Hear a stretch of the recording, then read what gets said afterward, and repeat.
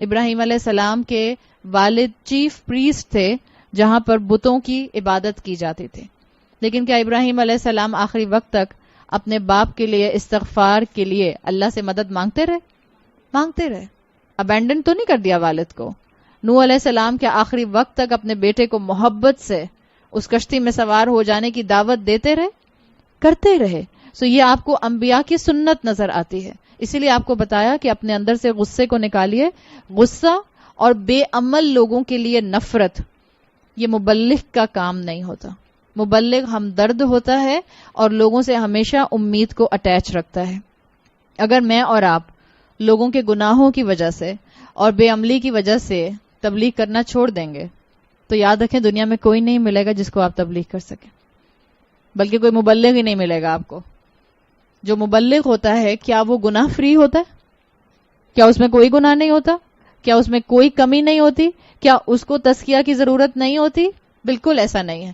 ہم سب گناہ گار ہیں, اور جب بتانے والا بتا رہا ہوتا ہے وہ سب سے پہلے اپنی ذات کو بتا رہا ہوتا ہے, بعد میں سننے والوں کو بتا رہا ہوتا ہے.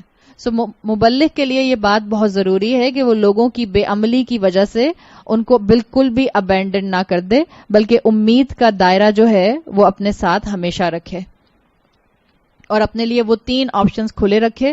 مخلوقات سے اللہ تک پہنچے, اپنی تاریخ سے اللہ تک پہنچے, اور ریولیشن سے وارننگ لے کر اپنے لیے اپنا راستہ صراط مستقیم کا مضبوط کرتا جائے.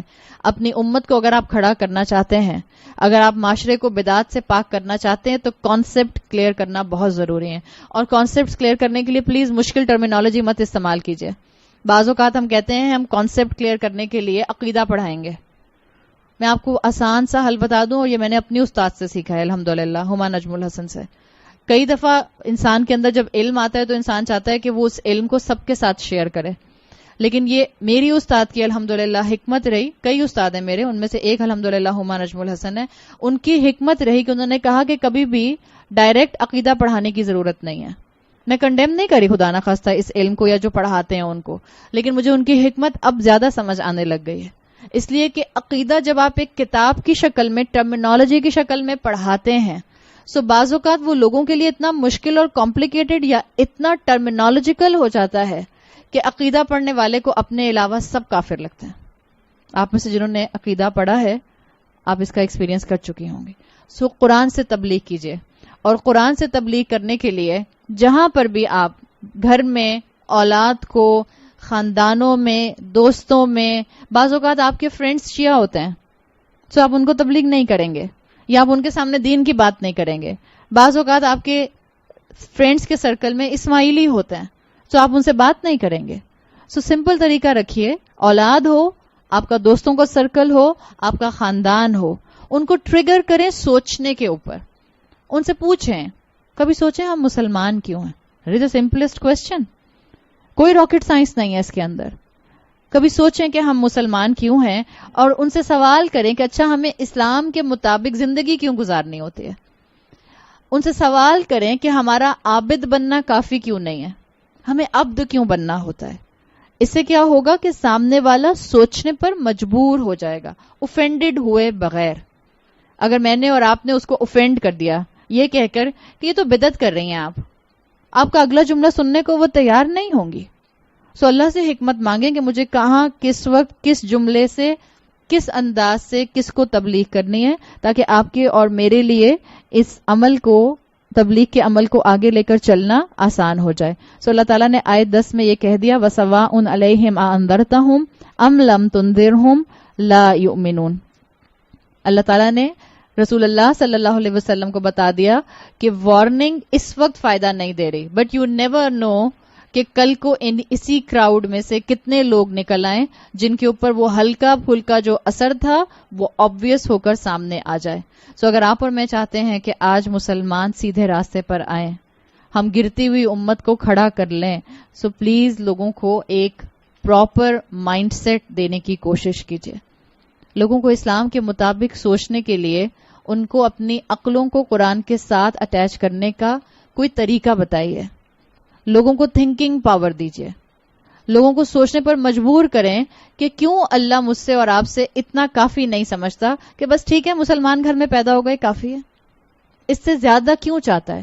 اتنا کیوں چاہتا ہے کہ آپ اور میں اپنے زندگی کے ہر عمل سے واضح کریں کہ آپ اور میں مسلمان ہیں؟ جب وہ سوچیں گے انشاءاللہ تو ان کے اندر تبدیلی آنا ضرور شروع ہوگی. اور یہ رائٹ فاؤنڈیشن لوگوں کو دینے کی ضرورت ہے. اور آپ میں سے جتنی مائیں بیٹھی ہیں، میں آپ سے واقعی اپیل کر رہی ہوں، آپ اپنے بچوں کو جہاں نماز کا عادی بنانا چاہتی ہیں، بہت اچھی بات ہے، آپ اس کو نماز کا عادی بنائیے.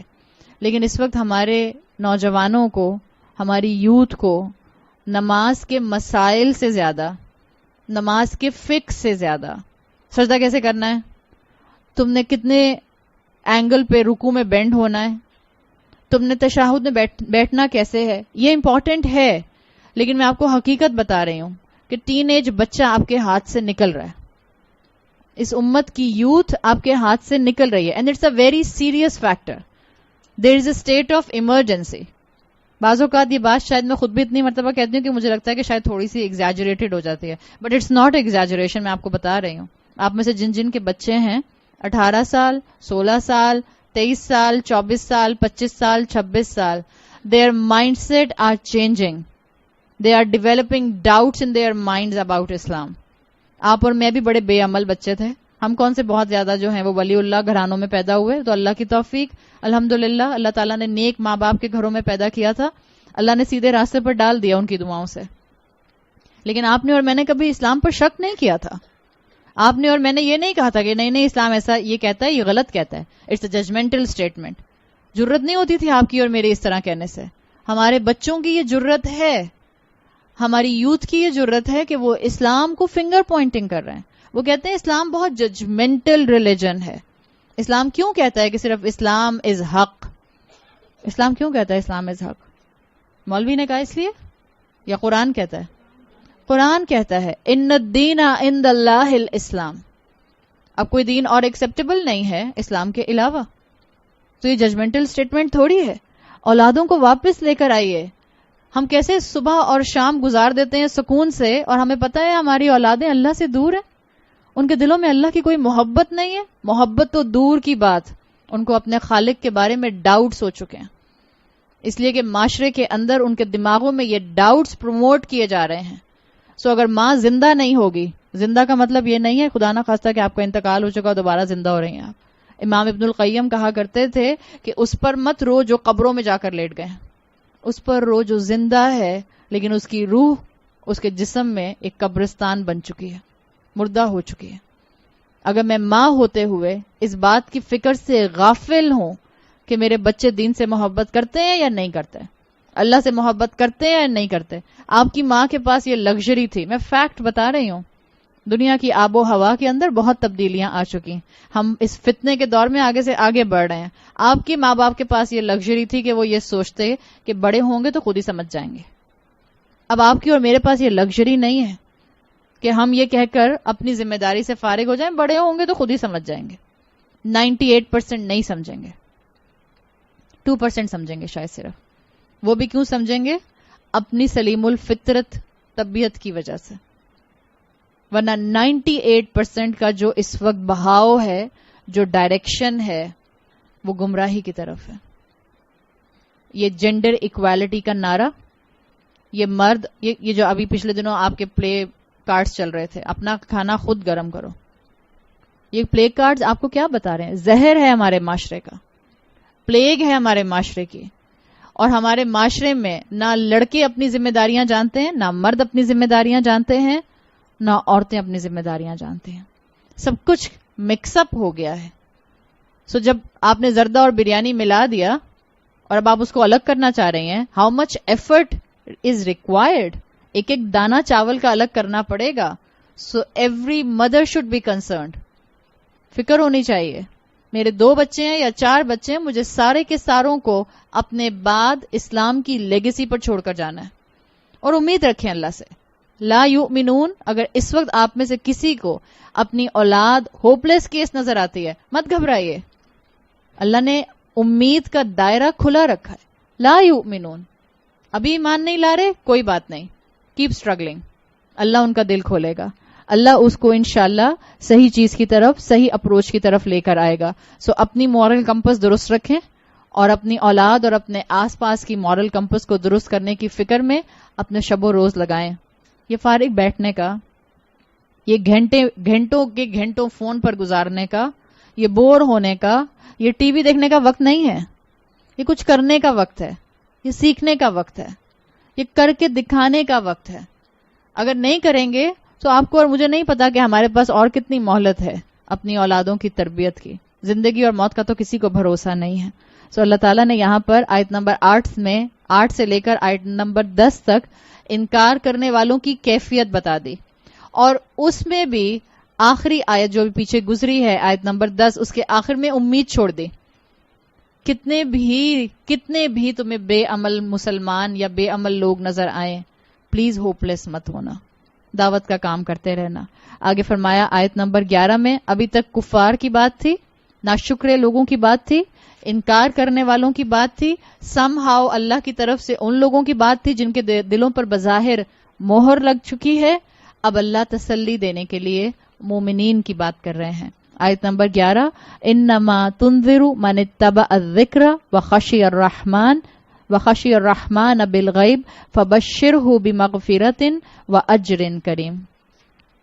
یقیناً آپ کامیابی سے خبردار صرف اس کو کر سکتے ہیں جو ذکر کا اتباع کرے، رحمان سے ڈرے غیب میں ہوتے ہوئے، تو اس کو خوشخبری دے دیجئے مغفرت کی اور اجر کریم کی.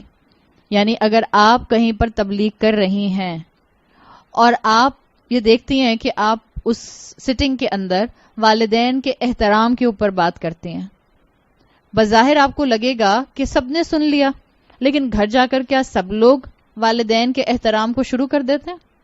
نہیں کرتے نا. سو بعض دفعہ انسان ذکر کا اتباع کر رہا ہوتا ہے. یہ جو یہاں پہ لفظ آیا ہے نا اتبع الذکر، یہ الگ ہے اتبع الحکم سے. ایک ہوتا ہے حکم کا اتباع اور ایک ہوتا ہے ذکر کا اتباع.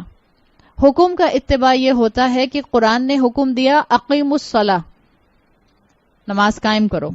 سب ایک انسان اگر اس حکم کا اتباع کرے گا تو وہ آپ کو نماز پڑھتا ہوا نظر آئے گا.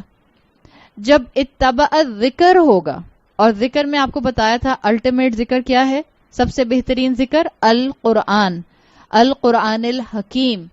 سو جب کوئی ذکر کا اتباع کرتا ہے سو بالکل سپنج والا معاملہ، کبھی کبھی اس کو ٹائم لگتا ہے، سن لیتا ہے.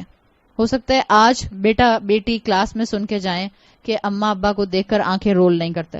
زیادہ تر آج کل کے بچے کتنے بھی بگڑ گئے ابا کے سامنے آنکھیں رول نہیں کرتے. زیادہ تر کس کو دیکھ کے آنکھیں رول کرتے ہیں؟ اماں کو دیکھ کر. اس لیے کہ ان کو پتا ہوتا ہے اماں کا دل نرم ہے، اماں برا نہیں منائیں گی، اماں جلدی جو ہے وہ برا بھی منائیں گی تو جلدی سے مان بھی جاتے ہیں.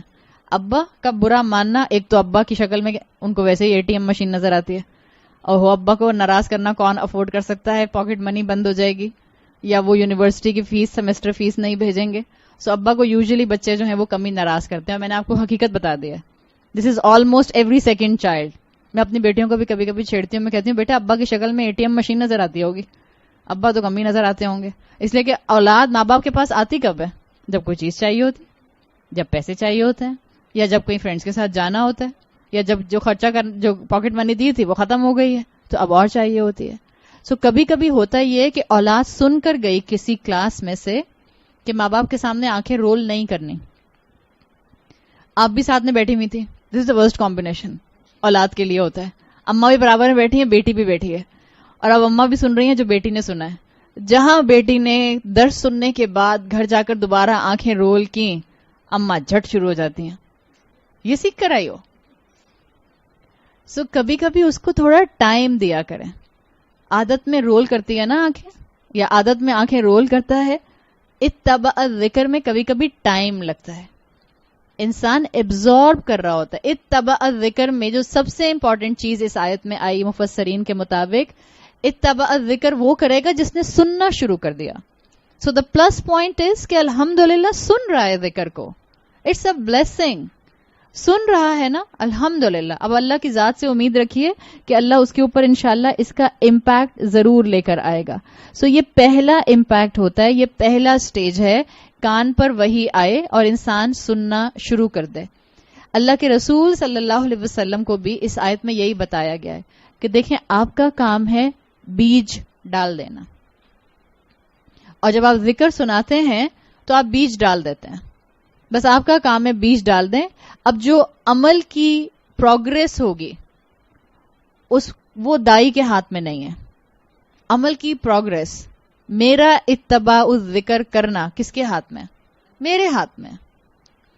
دائی کا کام ہے سیڈ ڈال دینا، کان پر بات ڈال دینا، پہنچا دینا. ہم کہتے ہیں نا our responsibility is to convey not to convince. رسول اللہ صلی اللہ علیہ وسلم کی ذمہ داری کو بھی ہلکا کیا گیا کہ دیکھیں آپ کو پریشان ہونے کی ضرورت نہیں ہے، اکثریت نہیں مانے گی، اکثریت کے اوپر تکبر کے بیریئرز ہیں، اور آپ کا انتظار کرنا ان کو فوراً امپیکٹ بھی نہیں کرے گا، اس وقت کم کو امپیکٹ کرے گا. آپ ان کو ذکر کی وحی کی تعلیم دیتے رہیے. یہاں آیا ہے انما تنذرو، آپ کا کام کیا ہے کہ آپ خبردار کریں.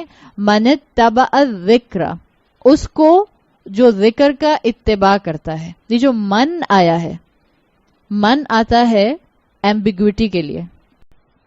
اگر آتا الذی اتبع الذکر تو اس کا مطلب ہوتا کہ آپ کے کراؤڈ میں اسپیسیفک کر دیا گیا ہے کہ وہ ہے جو آپ کے ذکر کی، آپ کی تعلیم کا اتباع کرے گا. اللہ تعالیٰ نے الذی نہیں کہا، اللہ نے کہا من. اللہ کے رسول کو بھی نہیں بتایا کون آپ کی بات کو مانے گا. آپ صلی اللہ علیہ وسلم کو بتایا گیا کوئی ہے اس کراؤڈ میں جس کو آپ تعلیم دے رہی ہیں جو آپ کی بات پر عمل کرنا شروع کر دے گا. اور من کے اندر دوسرا فیکٹر کیا ہے؟ ایک تو آپ کو بتایا نہیں کہ کون مانے گا آپ کی بات، دوسرا من کوئی ایک بھی ہو سکتا ہے پورے کراؤڈ میں صرف ایک ہو، کوئی 2 بھی ہو سکتے ہیں، کوئی 3 بھی ہو سکتے ہیں، کوئی 10 بھی ہو سکتے ہیں، کوئی 15 بھی ہو سکتے ہیں. سو من میں یہ کوانٹٹی بھی باؤنڈ نہیں ہے. اللہ کے رسول صلی اللہ علیہ وسلم کو ہمت دلا دی گئی کہ آپ جو لارج کراؤڈ کے اندر نصیحت کرتے ہیں اس میں کوئی تو ضرور ہوگا جو آپ کے حکم کی انشاءاللہ یا آپ کے سنائے گئے ذکر کی انشاءاللہ پیروی کرے گا. سو سامنے بیٹھے ہوں کو آپ کا کام ہوتا ہے پہنچا دینا. رسول اللہ صلی اللہ علیہ وسلم قریش بیٹھے ہوتے تھے سامنے، آپ دعوت دیتے تھے. آپ کو نہیں پتا ہوتا تھا کہ ان کے دماغوں میں کیا کھچڑی پک رہی ہے. مثال کے طور پہ آپ سب بیٹھی مجھے دیکھ رہی ہیں نا، سو بظاہر تو آپ سب مجھے دیکھ رہی ہیں، میں بہت خوش ہو رہی ہوں کہ آپ سب میری بات سن رہی ہیں، مگر ہو سکتا ہے کہ آپ کا مجھے دیکھنا اور ساتھ ساتھ آپ کے کانوں میں میری بات کا جانا، اس کے ساتھ ساتھ آپ میں سے کوئی سوچ رہا ہو پتہ نہیں گاڑی شیڈ میں کھڑی کی یا نہیں کی، جا کے بیٹھوں گی تو بہت گرم ہوگی، اوہ پتہ نہیں میں نے میٹ کو یہ بات بتائی تھی کہ نہیں بتائی تھی کہ اچھا آلو پیاز اس طرح سے کاٹنا اس طرح سے نہ کاٹنا. سو کبھی کبھی آپ سامنے بیٹھے ہوئے سن تو بہت کچھ رہے ہوتے ہیں لیکن سائملٹینیسلی آپ کا ذہن جو ہے وہ اور بہت کچھ سوچ رہا ہوتا ہے. سو اللہ کے رسول صلی اللہ علیہ وسلم کو بتا دیا گیا کہ آپ اس کی فکر نہ کریں کہ کون غور سے سن رہے اور کون سرسری سن رہے. آپ کا کام ہے پہنچاتے جانا، ان تک میسج کو کنوے کرتے جانا. مومن کی پہلی کوالٹی بھی آپ کے سامنے آ گئی، سنیے، سننے والے بنیے. اس لیے یہاں دیکھیں یہ نہیں آیا اتباع الذکر آیا. اتباع میں ہوتا ہے کسی ذکر کے پیچھے پیچھے چلنا، یعنی جو بول رہا ہے اس کو فالو کرنے کی کوشش کرنا. اسی لیے اسکالرز کہتے ہیں کہ قرآن کا مزاج سننے والا ہے. جتنا یہ سن کر دل پر امپیکٹ کرتا ہے اتنا یہ پڑھ کر امپیکٹ نہیں کرتا. سو پہلی خوبی کون ہے جس کو آپ صلی اللہ علیہ وسلم کی بات سمجھ آئے گی کہ ایٹ لیسٹ وہ سننے کے لیے پہنچ گیا. دوسری خوبی وَخَشِيَ الرَّحْمَنَ بِالْغَيْبِ، وہ غیب میں رحمان کا خوف رکھتا ہے، اس کو رحمان کے ساتھ ہلکا سا ایک خشیت کا معاملہ ہے. آپ دیکھیں اگر یہاں پر بالغیب نہ بھی آتا، وَخَشِيَ الرَّحْمَنَ آتا تو کیا کافی تھا؟ رحمان تو ہے ہی غیب میں، کس نے دیکھا ہے رحمان؟ رحمان تو کسی نے نہیں دیکھا. سو اگر یہ بھی آتا خشیہ الرحمان تو ابن عاشور کہتے ہیں کہ یہ اتنی بات بھی کافی تھی. لیکن اللہ تعالیٰ نے یہاں پر کہا بخشیہ الرحمن بالغیب، جو بغیر دیکھے رحمان سے خوف رکھتا ہے یا بغیر دیکھے رحمان کی خشیت رکھتا ہے. سو اس کے اندر 3 میننگز ابن عاشور نے کیے ہیں کہ یہ بالغیب کیوں آیا ہے. وہ کہتے ہیں اس کے 3 میننگز میں سے پہلا کیا ہے کہ یہ مومن جانتا ہے کہ رحمان غیب میں ہے تو بغیر دیکھے اپنے رب کو اس سے ڈرتا ہے. یعنی ذکر کو سمجھ گیا. جو رسول کی تعلیم تھی ایک اللہ کو مانو, اللہ البصیر ہے, اللہ السمیع ہے, اللہ حساب لینے والا ہے, اللہ حسیب ہے, یہ اللہ کو بغیر دیکھے اس کی صفات کے ساتھ مان گیا. سو ایک میننگ ہے الغیب بالغیب کے, بغیر دیکھے رحمان پر یقین رکھنا. دوسرے میننگ اس میں آتے ہیں کہ یہ وہ لوگ ہیں, دیر از اے پاسبلٹی کہ یہ رحمان سے ڈرتے تو ہیں لیکن ابھی انہوں نے اپنا ایمان ڈکلیئر نہیں کیا, ابھی یہ عمل میں دوڑنے والے نہیں ہیں, ابھی یہ بگنرز ہیں. بالغیب میں یہ میننگز بھی آتے ہیں. جو دل ان کا محسوس کر رہا ہے ابھی یہ اس کو وربلی اسپیک آؤٹ نہیں کر رہے. اور تیسرے میننگ بالغیب میں آتے ہیں کہ یہ اس کیٹیگری پر لوگ ہوتے ہیں, یہ اس کیٹیگری کے لوگ ہو سکتے ہیں جو منافق نہیں ہوتے, رحمان سے ڈرتے ہیں. یہ وہ لوگ ہوتے ہیں جن کی پبلک لائف اور پرائیویٹ لائف ایک ہی جیسی خشیت شو کرتی ہے, یہ منافق نہیں ہوتے. یہ بتائیں پبلک لائف میں لوگوں کے سامنے نیک رہنا آسان ہوتا ہے یا پرائیویٹ لائف میں؟ پرائیویٹ لائف میں آسان ہوتا ہے؟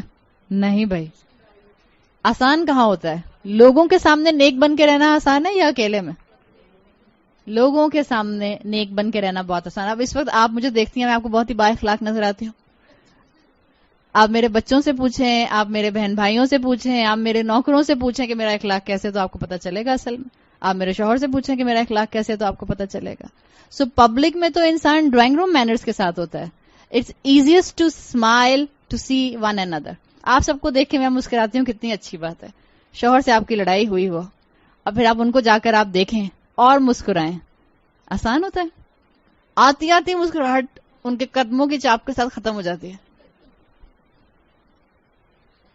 مشکل ہوتا ہے نا.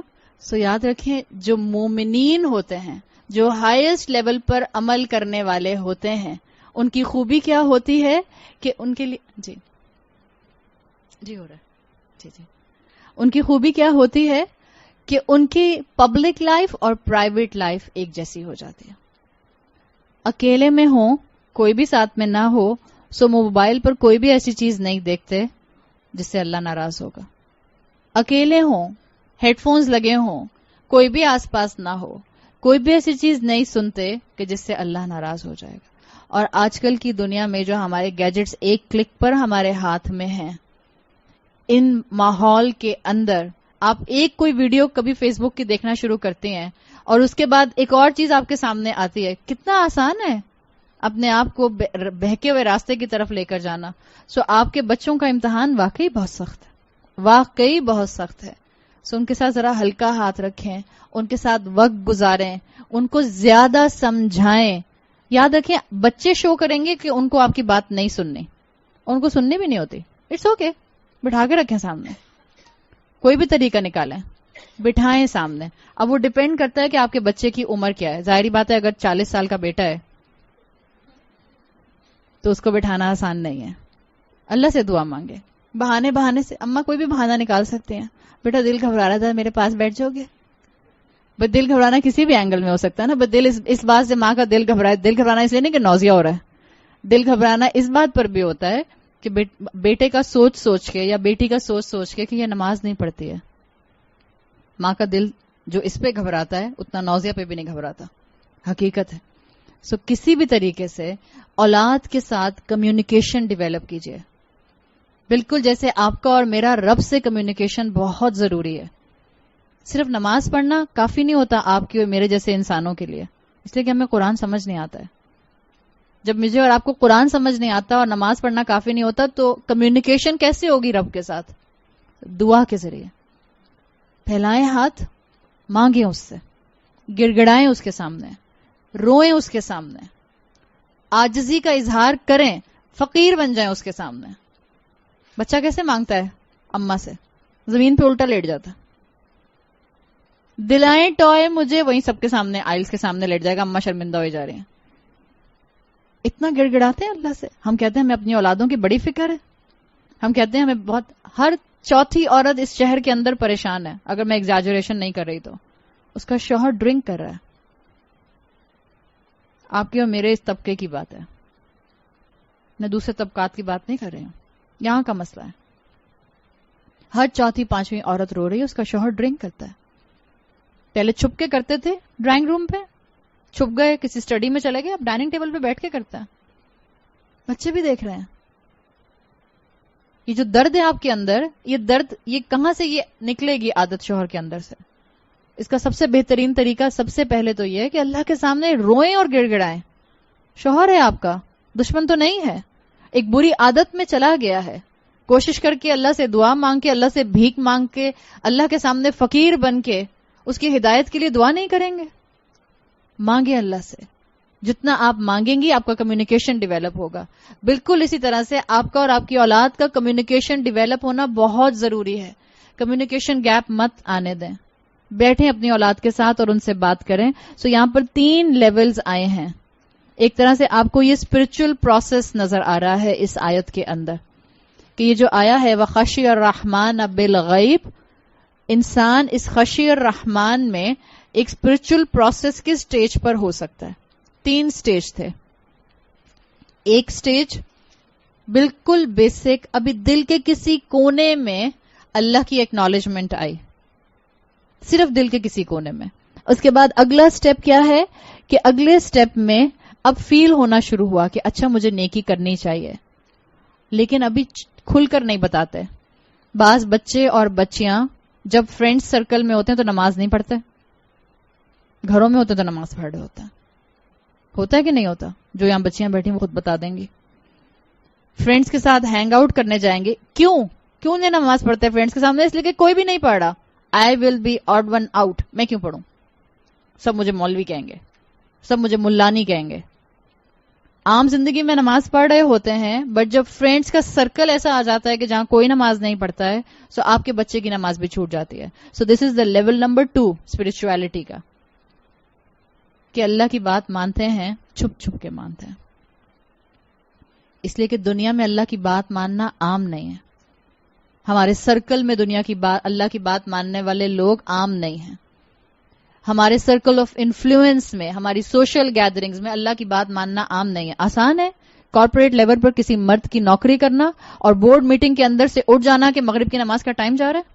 آسان ہے؟ بہت مشکل ہوتا ہے.